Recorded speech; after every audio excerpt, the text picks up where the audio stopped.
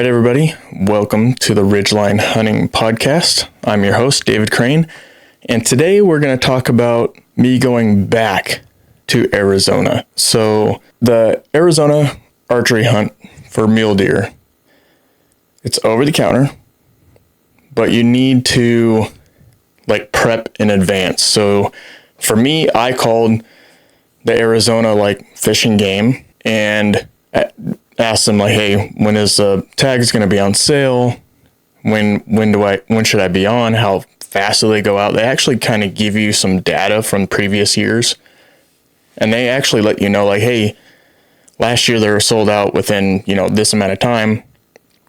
Get on there as soon as you can. And I think they went on sale at 8:00 Mountain Time. Oh, one of my signs just went out. But they set you up to where they want you to get your tag. So there's only a certain amount of tags that are on sale or for sale, and it's good for pretty much the whole year.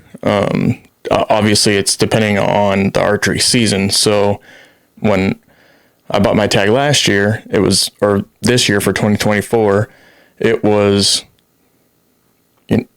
January 1 through, I want to say it's the 11th was that archery season. And then it starts again in December and goes till, December 31st. And then if you are able to get that next year's tag, it starts again January 1. So for me, I'm heading back at the end of this year. So I'm going to be leaving on the 29th of December. So I'll have just a few days to hunt the rest of my 24 tag, and then I'll be heading back, or I'll be there for the 25 tag. So I was able to get a 2025 archery tag in Arizona, so I'll be hunting mule deer again in Arizona for the 25 tag. So I'm super excited. One of the things that I wanted to talk about today is some of the stuff that I learned that I can hopefully bring into, the last 3 days of the 24 tag. And then I have 5 days of the 25 tag. So I'll be there from January 1 for the 25 tag. So January 1, opening day, till the 6th. But the 6th is my flight home. So I might be able to hunt in the morning and then head out. So we'll have to see how that all works out. Hopefully I'll be able to get it done before then.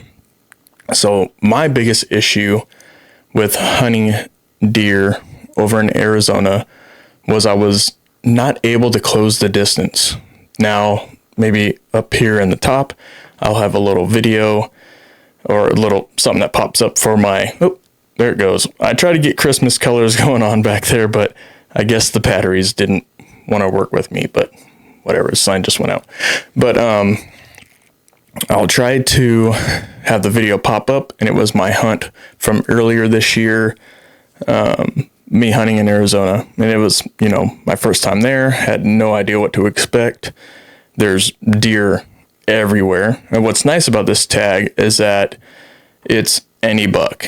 So if you have to, spikes are legal. So if you have to, go and fill that tag, you can go that route too. But it seemed like every single deer that I was seeing, it was either a spike or, a typical 4x4 mule deer buck. I wasn't seeing anything in between.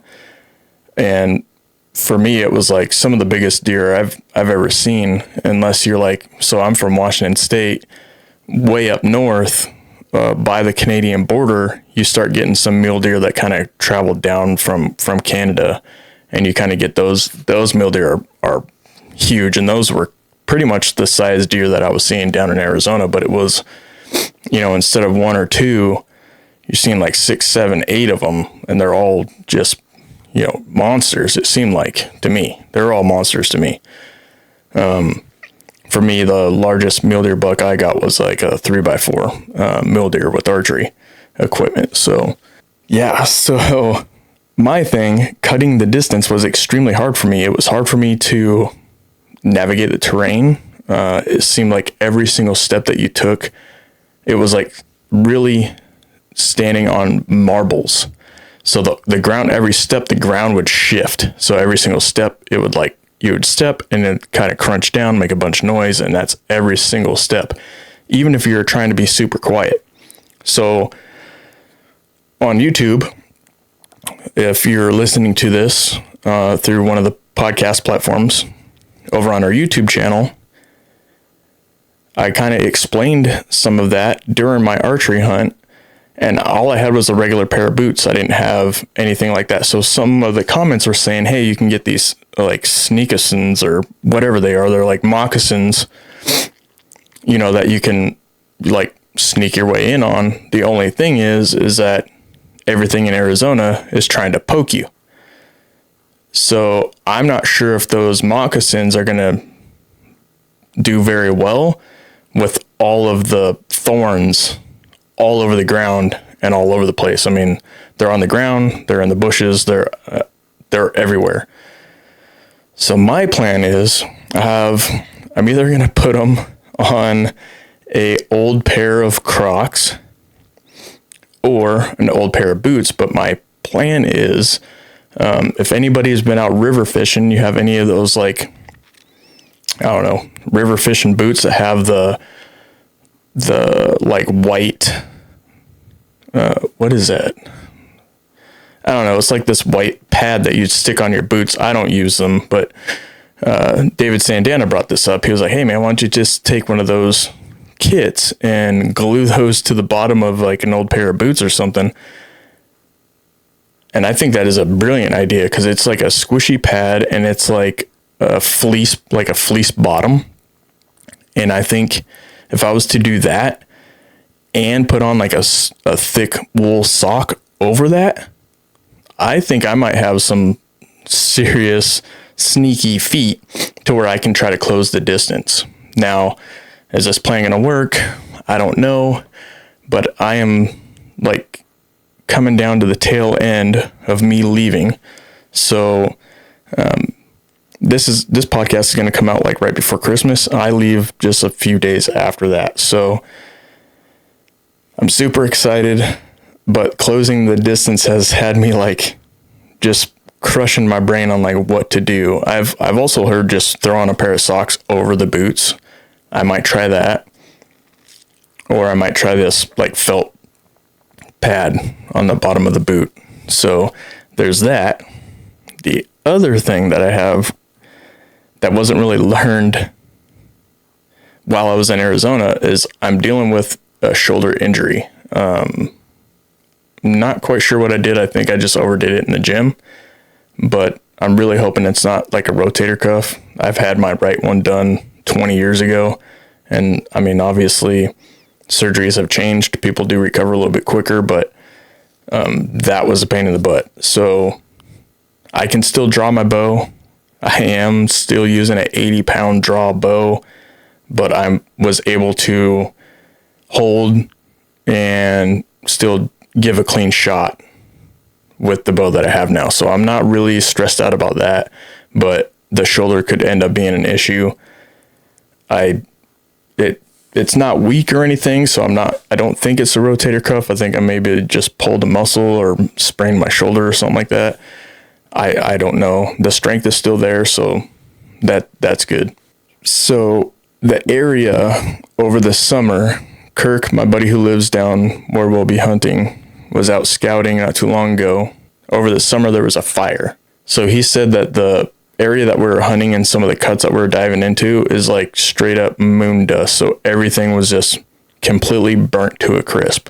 There's no foliage. There's no nothing. So that is going to be weird to see, because right outside of camp, I would, unzip the canvas tent that I was in and look right out, and there's deer everywhere. So glassing from camp may not be a thing this year. And then the area that we were glassing to and kind of glassing back towards camp, that is kind of like where all the burn is. So now it's going to be flipped, and we'll be hunting that back side of the area that we're glassing, and probably a little bit more north. So without me actually getting out there and seeing like what is going on, this might be a little bit of an issue on starting all over again, because, you know, I have this picture in my mind of like where I want to be and how I'm going to approach it. But now it's like I'm starting all over again because the area that we hunted is decimated. Now, that doesn't mean that deer are not going to go through there. There's plenty of deer. We don't know if they're going to be going through there, if anything started to grow back. Kirk hasn't been there. He said he hasn't been there in a few months now, but last time he was there, he went up to the glassing spot and it was, you know, pitch black. He gets up to the area and all of a sudden the sun comes up. He's like, whoa, where'd everything go? And I mean, there's nothing, there's no bushes. It was just straight charred dirt. So we have an issue on that part. But good thing is I actually hunted that backside.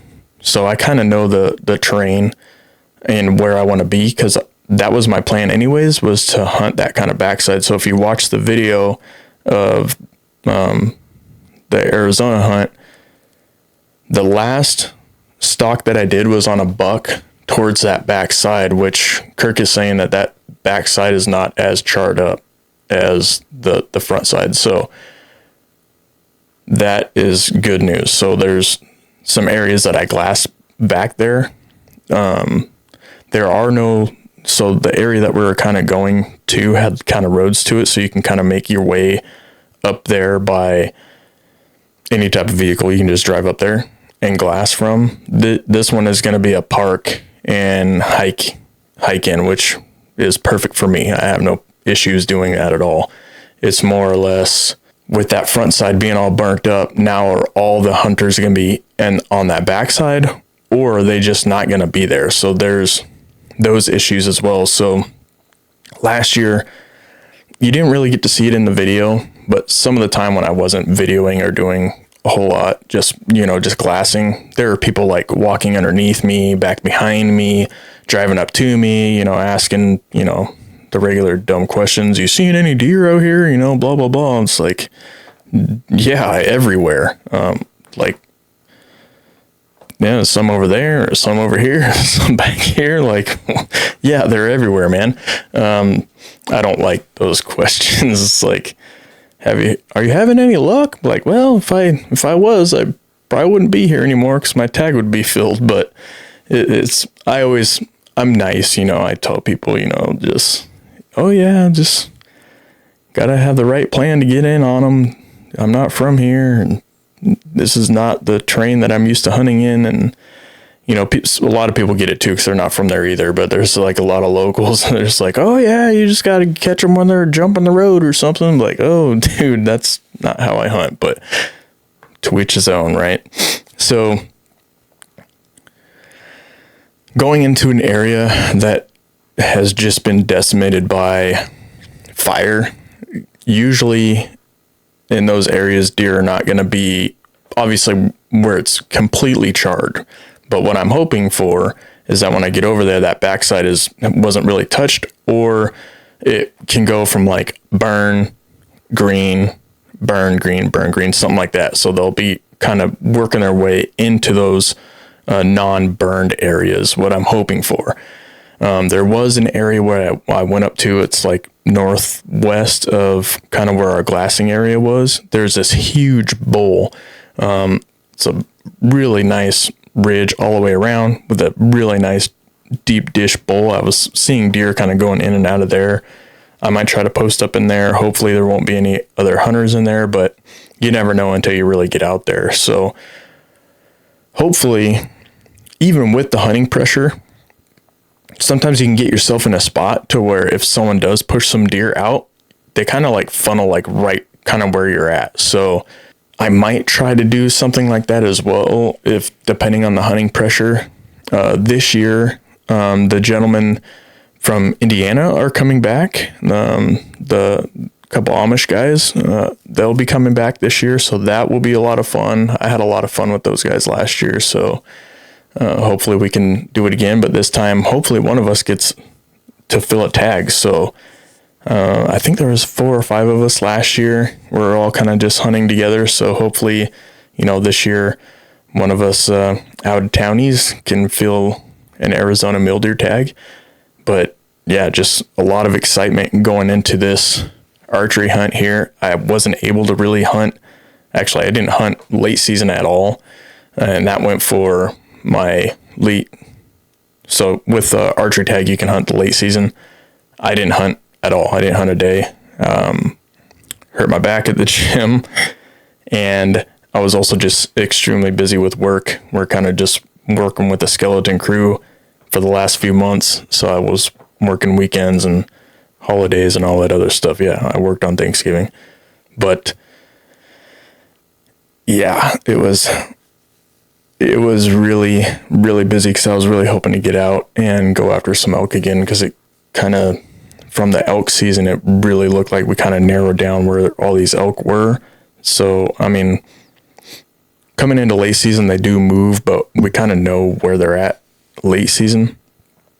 But sucks I wasn't able to get out there. But, my 2024 hunt still isn't over. I have 3 days. So right when I land, I'm going straight from the airport right to camp. So last year, I went from the airport and hung out with Kirk. And then we, the next day, we kind of went out, glassed, and then we set up camp. This time we're going straight out there to set up camp. So I think I'll be hunting the same day as I land. I'll get camp set up probably around 3:30 or so. It gets dark right around 5:30-ish, 6. I'll be able to hunt for at least a couple hours, or at least glass, and get ready for the next morning. So I think I might be hunting by myself for the first couple days. Kirk will be working, but then he will be kind of in and out, just seeing how everything's going. And then I want to say it's either the 29th, so it'd be the 30th or the 31st. The other group comes in from Indiana, and they're driving. So that is going to be a lot of fun. I can't wait. So I think I have a plan for cutting the distance, either socks, the felt on the bottom of the boot, and or Crocs, and maybe just getting myself in the right spot. I think putting myself in a better spot if there's a lot of hunting pressure, and just trying to figure out kind of like where they might be coming in, that might help me out quite a bit. Kind of know the terrain. I don't know what it looks like from the burn, so we have that issue with that. Not really too worried about my shoulder, but that could end up being an issue. But yeah, I'll be hunting for 8 days. 8 days in total. Try to get it done in Arizona. It's last year was a crazy amount of fun. This year, well, as of right now, I mean, anybody can go on the weather app. It's getting down into the higher 30s in the morning, and then almost 80 in the afternoon with like a little bit of light wind. So it's going to be crazy weather compared to what I'm dealing with now, because as of right now, I mean, it's, in the 40s. It might go into the high 30s here, but nothing but rain basically here in Washington, and going to that to like 77 degrees is different. It's different. So last year it was kind of the same thing, but you would bundle all up, and then you have to take everything off basically. So this year I'll be wearing 2.0 gear. Last year I was in Kuyu, but this year I'm a part of the field staff for 2.0 gear, and this is really going to be a test of like weather. So going from extreme cold to warm, I'm really going to be able to test the layering system for 2.0 gear. And to be honest with you, this year the gear performed perfectly. Archery season, super, super hot, early September. And then going into rifle season, which was in October, the weather was, I was high up in the mountains, so it was, 27 to 42 at the high. And with the puffy and the pants and then I have the zip off underlayer pants, primo. primo. I didn't have to do anything else. So I'm pretty much going to be running that same gear for down in Arizona. So I did pick up the Clement pant in the camo, because I had it in the solid, and then is it the Climate pant and the Clement puffy? I can't remember at the top of my head, but the pants have the zips on the sides that, you know, allow air through. That is crucial. If you don't have a pair of pants that has that zip to like free up some air, you got to get with those, because there's a lot of pants out there that have them. Any of the higher end camo companies out there all have them. Some of them, so the Kuiu ones have like the mesh. The 2.0 has the mesh. Some of the other brands don't have it, so it's just straight up open, which to me it doesn't matter if it had the mesh or not. Sometimes it's nice not to have the mesh in there, because it's still, like, if it's extremely hot, sometimes you just want that air just directly on the skin. And at that point, that's when I pretty much just drop my pants. But yeah, the 2.0 gear, I pretty much have everything that they've made in my arsenal of camo. So I'm prepared for what the weather's going to bring. So last year it did rain for 2 days, kind of off and on. You could definitely see when the deer hunkered down, because you weren't really glassing up anything. They would just hunker down, and then, you know, hour or two later, rain would come in, you know, all night long. And then the next morning, you know, then all of a sudden there's like deer everywhere. It was actually pretty impressive. It was really cool. I really was wishing that someone would have came with me this year, either Mike Peterson or David Sandana, but they're busy. They weren't able to come. So this year I will be going solo, but I will be meeting up with the guys, you know, from Indiana. So that's a plus. So, for any archery hunter that is actually looking for an out-of-state hunt, I would suggest Arizona. Pick some people's brains, or if you know anybody that lives down there, get down there and hunt. It's a lot of fun. It really is. I'm going back. This is, you know, back to back for me, going out of state. So yeah, I'm just super excited. But I mean, a lot of this, you know, for me, you know, doing the podcast, or even just, you know, doing these videos, it's nice to like try something new, right? I mean, I started hunting when I was dang near 30 years old, and now this is like all I want to do, all I want to talk about. And, you know, jumping out of my home state and going to another state was not easy for me. Obviously, you have to, you know, budget everything and make sure, you know, you have the gear to even get down there. For me, I'm lucky. I have a friend that lives down there. He is supplying my tent, all my sleeping supplies, you know, lamps for the tent and all this other stuff. And he's providing me with a vehicle to use while I'm down there.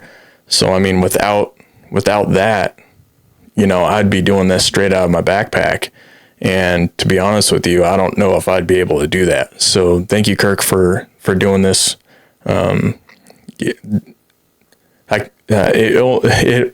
I can only say it so much, and like the appreciation that I have for you, for me to actually come down there and do something like this is awesome. And, you know, my wife as well, my kids, you know, they're always wishing me luck anytime that I go out hunting. And my wife absolutely hates it when I go hunting by myself. It's like her pet peeve. She's always asking like, oh, is someone going with you? You know, I need pinpoints. I need this. I need to know when you're going to be back at camp and all this other stuff. So, yeah. So the thank yous all around, just out to everybody. thank you everybody for, engaging with the podcast and the YouTube channel. It really does go a long way. I'm doing this for free. Everything that all the podcasting equipment, all the video equipment, all that stuff is coming out of, my pocket to bring to you. I don't get paid to do this. Maybe one day, who knows? But as of right now, this is just a passion of mine that I have, and I want to share with everybody and try to give you some information on, basically on what not to do. Because for the past couple of years, for me at least, it's been hard grind on filling tags. It seems like I can help everybody else to fill their tags, but for me filling mine, it's that grind, but it keeps me going every single time to try to get out there and fill my tag and tell my story. So I want to give a shout out to Phelps Game Calls, phelpsgamecalls.com. Check them out. Great sponsor of ours here at the Ridgeline Hunting podcast and Ridgeline Hunting. A lot of our giveaways are with Phelps. So thank you very much. Everybody over at Phelps, thank you. And hopefully we can move into 2025 and just keep this ball rolling. And thank you everybody for listening and watching. We definitely appreciate you. Everybody, happy holidays, happy new year. And yeah, we're going to be bringing, as much content as we can into this next year. Hopefully I'll be able to get David Sandana back on the podcast. He's been extremely busy this year. I mean, shoot, I think the last time he was on the podcast was turkey season, and that's coming right back around again. So hopefully I can get Mr. Sandana back on and his daughter as well to talk about a hunt that they did. But trying to get those two together has been a struggle. So his daughter's extremely busy with like after school, things. She's a part of a dance team and a dance class, and she works, and Dave gets home at 9:00 at night. So it's been a struggle trying to get those two in the same spot, let alone just Dave doing a podcast. So hopefully we'll be able to bring a lot more podcasts to everybody in 2025. I know we tried to bring them out like every Monday, but it might be every other Monday going into 2025. It might be a little bit more feasible that way. But, my goal is to bring a podcast every Monday, but we will see. So we'll keep you updated. So if, check out our social media. We're on Facebook and Instagram.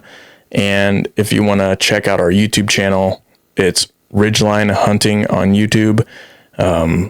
We're almost at like 1,200 subscribers on YouTube. So that is awesome. So thank you everybody who has subscribed. If you're following along on the podcast platforms, thank you very much. And look for more giveaways coming up soon.